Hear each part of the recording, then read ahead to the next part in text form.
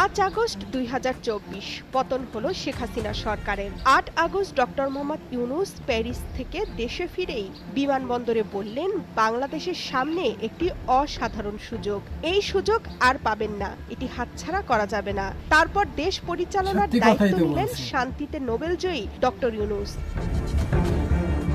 কিন্তু অন্তর্বর্তী সরকারের 10 মাসের মধ্যেই ডক্টর মোহাম্মদ ইউনূস নিজেই অনেক প্রশ্নে প্রশ্নবিদ্ধ।